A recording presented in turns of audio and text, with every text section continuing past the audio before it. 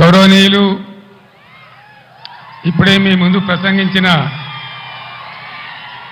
మన తెలంగాణ శాసనసభ మాజీ స్పీకర్ బాన్స్వాడ ఎమ్మెల్యే పెద్దల పోచారం శ్రీనివాసరెడ్డి గారు, మాజీ మంత్రివర్యులు హరీష్ రావు గారు, మహమూద్ అలీ గారు,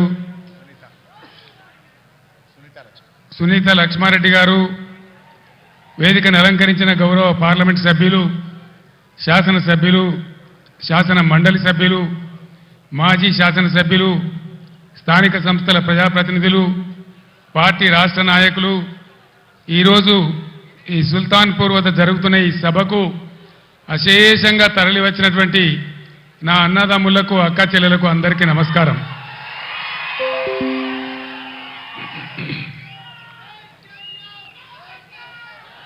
ఇక్కడ జరుగుతున్నటువంటి మెదక్ జహీరాబాద్ పార్లమెంటు నియోజకవర్గ అభ్యర్థులుగా పోటీ చేస్తున్న గౌరవ వెంకట్రామరెడ్డి గారు, గౌరవనీయులు శ్రీ అనిల్ గారు, మీ ఆశీర్వాదం కోసం వాళ్ళు ఇక్కడ ఈ సభలో మీతో పాటుగా ఉన్నారు.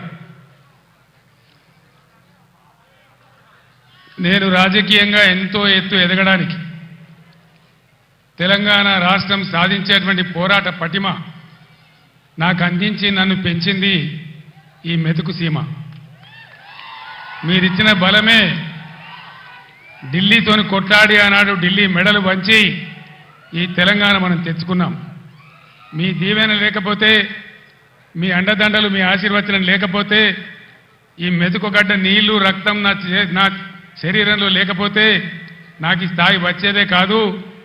మొన్న జరిగినటువంటి అసెంబ్లీ ఎన్నికల్లో కూడా ఏ జిల్లాలో రానంత భారీ మెజారిటీ ఇచ్చి హరీష్ రావు గారు తదితరుల నాయకత్వంలో 7 ఎమ్మెల్యేలు కల్పించిన నా మెతుకుసీమ గడ్డకు 2 చేతులెత్తి నేను నమస్కారం చేస్తా ఉన్నాను.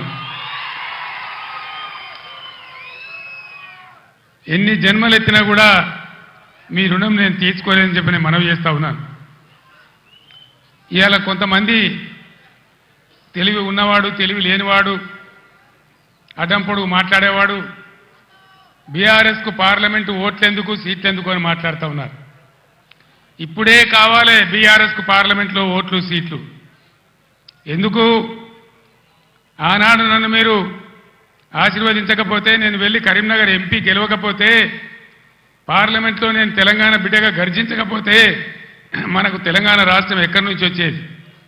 ఈరోజు కూడా తెలంగాణ ప్రజల ఆకాంక్షలు, ఆశలు, హక్కులు నెరవేరాలంటే ఖచ్చితంగా టీఆర్ఎస్ బిడ్డలు పార్లమెంట్లో ఉంటేనే మన హక్కులు, అధికారాలు నెరవేర్తాయని నేను మీకు మనవి చేస్తా ఉన్నా.